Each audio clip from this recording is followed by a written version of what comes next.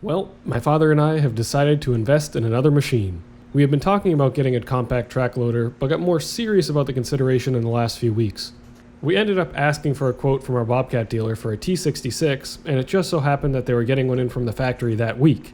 And so we ended up getting a Bobcat 2021 T66. Just like with the E26, this was a split investment between us for the business as well as my parents' upcoming house renovation. On the business side of things, a CTL is a huge boon, as about 40% of the jobs that I've been to this season would have heavily benefited or just straight up required a CTL to get the job done.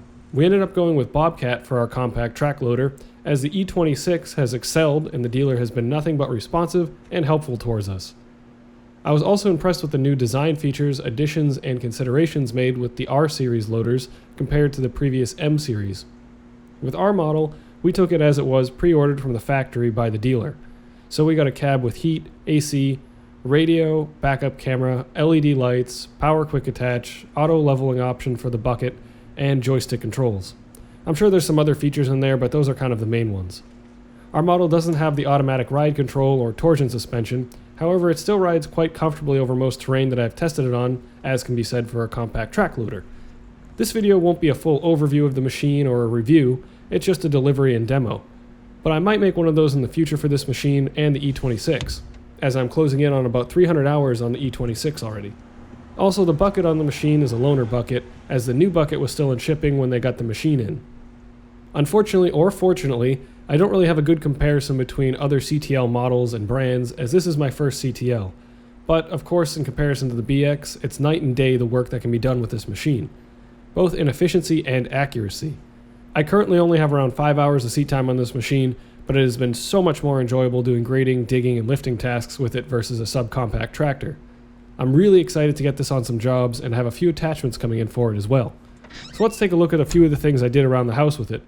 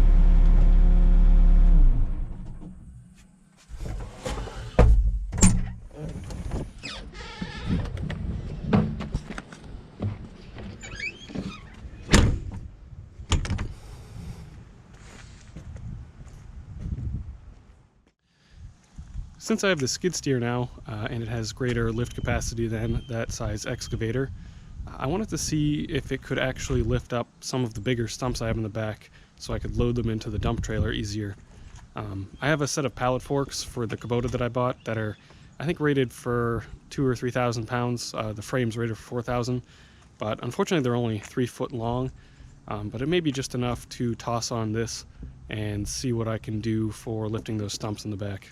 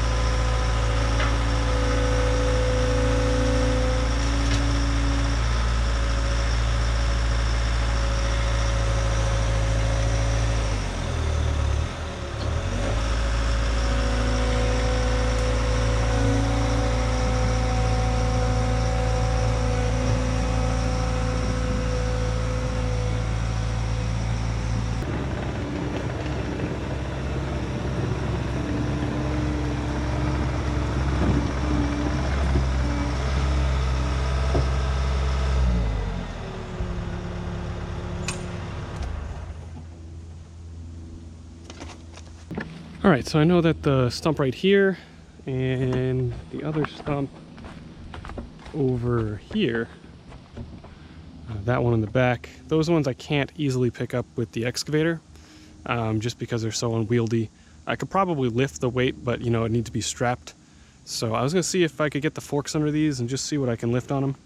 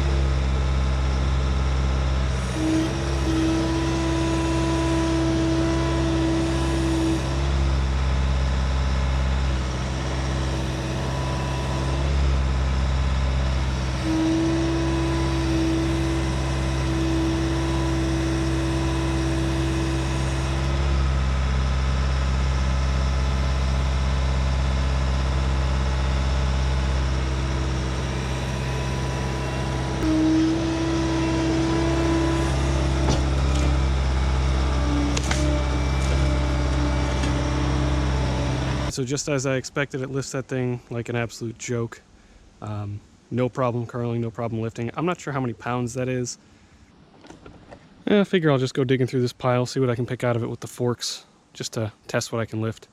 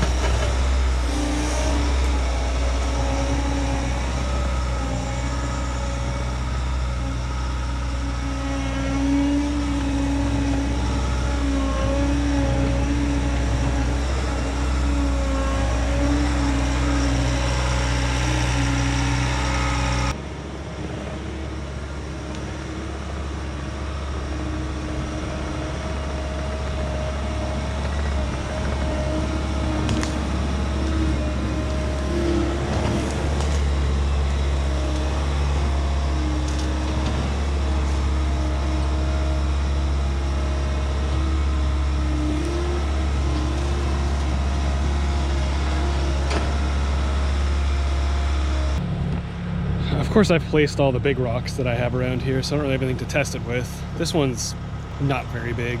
Would be annoying to pick up with the excavator, just due to its shape. But everything else I've placed, and I kind of don't want to unplace them.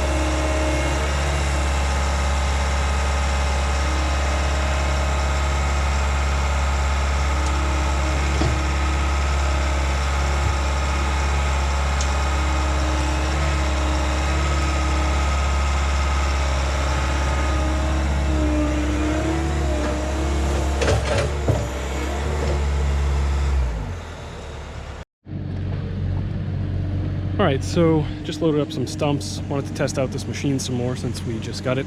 And back up here where I've been clearing. So my dad's back here on the excavator. We're basically just pulling down that edge that I cut out just to re-slope it, since I'm not going to be putting anything there. Just going to have it slanted back in. And then throughout this area here, all the way down through where we just cleared out the stumps, I want to grade that up some so that I can start bringing in more aggregate whenever I go to get stumps at the dump, and then get some aggregate while I'm there.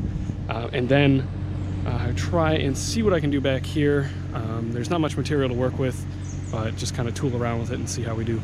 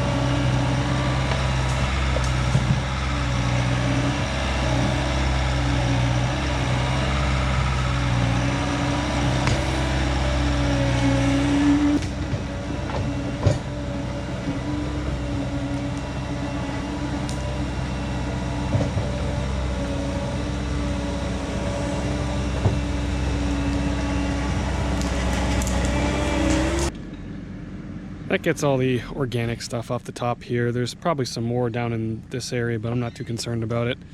That at least gets me all of those piles spread out, and so I don't just have this huge berm of them over here. And like in a year or so, all of that would look exactly like the rest of the woods. I'm looking at this tree though, and it's dead. It's right on the line. Let's see if I can just push it with the skid steer and see what happens. See if it just falls over.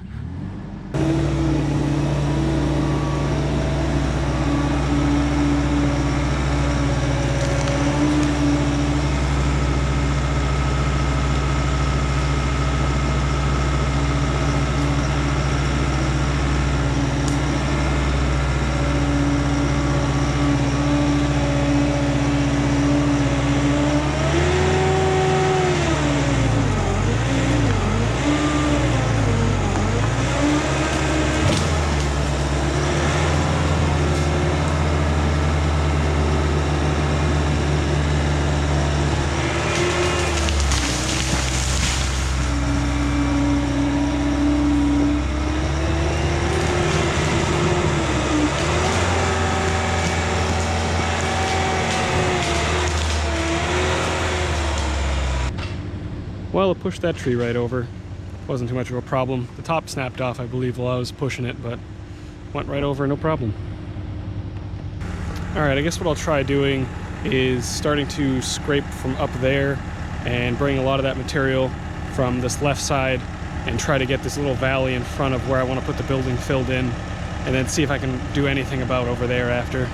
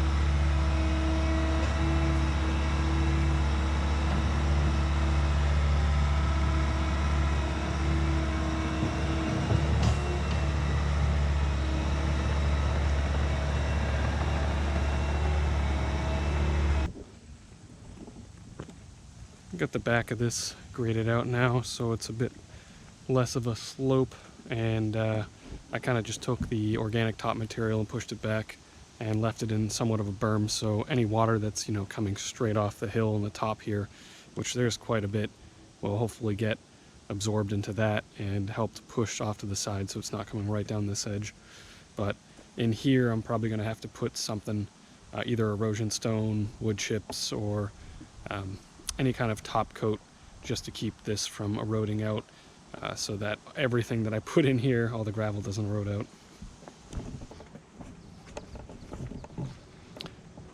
And then over here, the T66 graded out really nicely. This would have been a huge pain in the ass with just the tractor because it doesn't have enough bucket downforce and it doesn't have the good cutting power, which is the biggest annoyance that I have with just the small subcompact tractor in general. But specifically kind of with the BX is it has a really floppy curl cylinder, which always seems to not have pressure in it, regardless of if you're curling it or decurling it. It just seems like every time you go to stick the bucket in something, it flops up or it flops down, and you end up just over digging or digging nothing at all. With this, well, with the skid steer in general and with this machine, you're able to just kind of put that bucket edge where you want it, and that's where it's going to stay. And you really just get thrown off by, of course, without teeth, you get thrown off by rocks and things like that. So a tooth bucket would definitely help back here. But really with just cutting and back dragging with the smooth bucket, I was able to get the surface back here pretty smooth, nothing really sticking out of it. You know, there's some dips here and there just because the subgrade here is just all ledge, roots, or rocks, so you can't really get it all that nice. But I was able to fill in over here no problem, grade it out, push over that tree, push all this material right out of the way without even having to really stop and try and pick it apart. I just pushed all the piles right over after I piled them up. So I'm definitely really liking having a skid steer for these types of tasks because it's so much more efficient. Don't have to spend as much time fiddling around with the loader to get it to do something, or putting on the box blade. And because the box blade's great for aggregate material and things like that, but as soon as you get into any of this really hard stuff, it's just as much of a headache as the loader.